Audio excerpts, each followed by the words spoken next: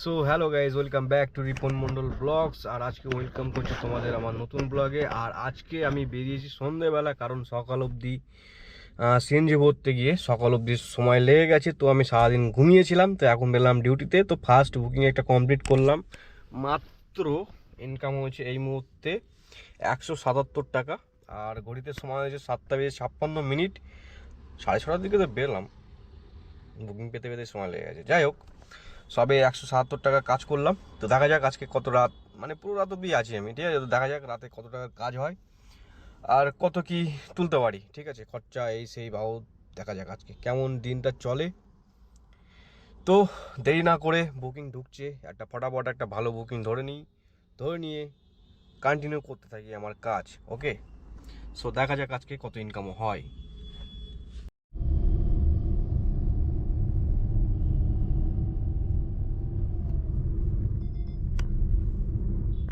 আচ্ছা, আজকে শনিবারের রাত, আর শনিবারের রাত মানে আমি জানি বুকিং ভালো থাকে, কিন্তু শনিবারের রাতে আমি সেক্টর 5 এসে কি ফেসে গেলাম, কারণ আমি কোনো বুকিং পাচ্ছি না।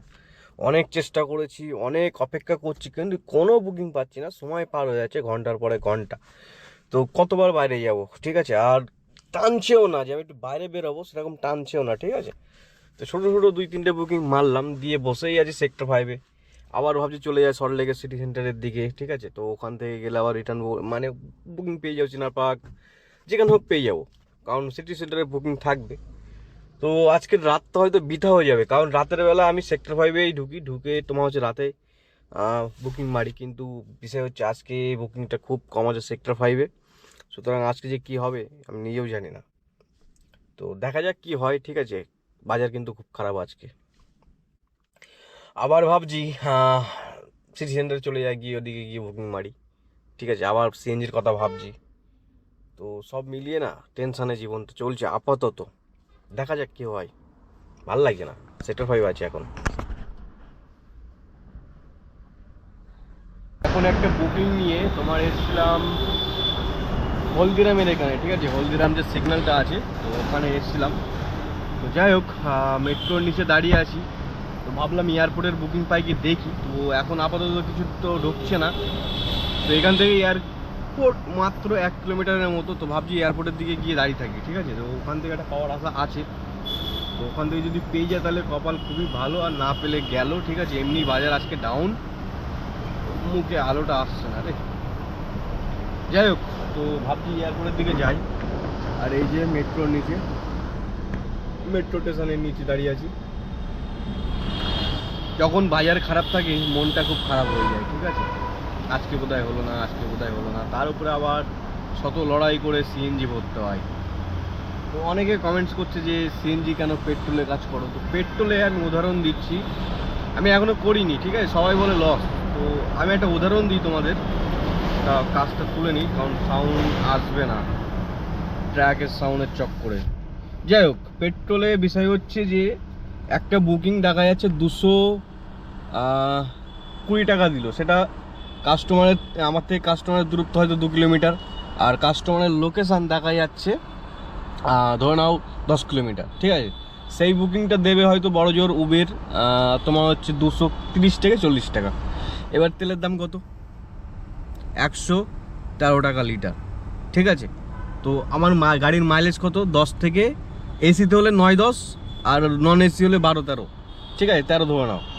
তাহলে এসিতে যদি আমি 240 টাকাটা বুকিং মারি, তোমার হচ্ছে ধরে নাও 14-15 কিলোমিটার হয়ে যাবে, ঠিক আছে, ফার্স্ট মাইল আর কাস্টমারের থেকে কাস্টমারের লোকেশান, ঠিক আছে। তো একটা 14-15 কিলোমিটারের বুকিং যদি আমার 240 টাকায় মারতে হয়, সকালবেলা তো আরও কম দেয়, ঠিক আছে। সকালবেলা 210 টাকা দেবে, তাও দেবে কেনার গ্যারান্টি নেই, ঠিক আছে। তো সেই বুকিং মেরে আমার 120 টাকা তেল পুড়িয়ে, 120-130 টাকা তেল পুড়িয়ে যদি আমি 230 টাকা আয় করি, তো 100 টাকা আমার থাকবে।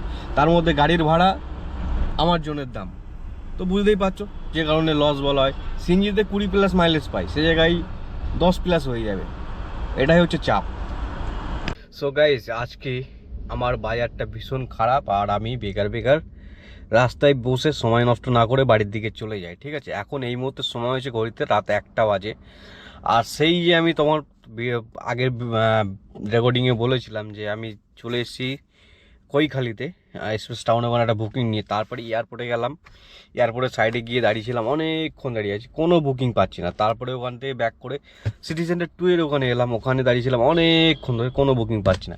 ওখান থেকে আবার গাড়ি খালি নিয়ে আমি চলে এলাম, তাও মানে ওখানে আরও আধা ঘন্টা দাঁড়ানোর পরে, মানে ভাবো না 10টা সাড়ে 10টা থেকে পুরো ওই 1টা অবধি প্রসেসিং চলছে, ঠিক আছে। তারপরে কোনো কিছু বাজছে না, দিয়ে তারপরে তোমার চলে এলাম বিশ্ব বাংলার এখানে। এখানে এসেও সেই কতক্ষণ দাঁড়িয়ে আছি, এখন ঘড়িতে প্রায় 1টা মানে 1টা বেজে 10 মিনিট হয়ে গেছে অলরেডি, ঠিক আছে।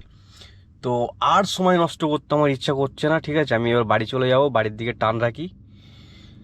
সিএনজিও মোটামুটি আছে, কালকে আমার চলে যাবে, আর একটু কম পড়লে আমি পেট্রোলে কাজ করে নেবো, ঠিক আছে। এখন অনেকক্ষণ হয়ে গেছে, সামনে দেখো বিশ্ব বাংলা দেখা যাচ্ছে, আর ওই সাইডে তোমার মেয়ে নিয়ে যা ফুর্তি ফুর্তি করছি, আর এখান দিয়ে সোজা বিশ্ব বাংলাটা দেখা যাচ্ছে। তো আমি রাইট টার্ন মেরে ডাইরেক্ট বাড়ির দিকে চলে যাই, আমি আর পারছি না, ঠিক আছে।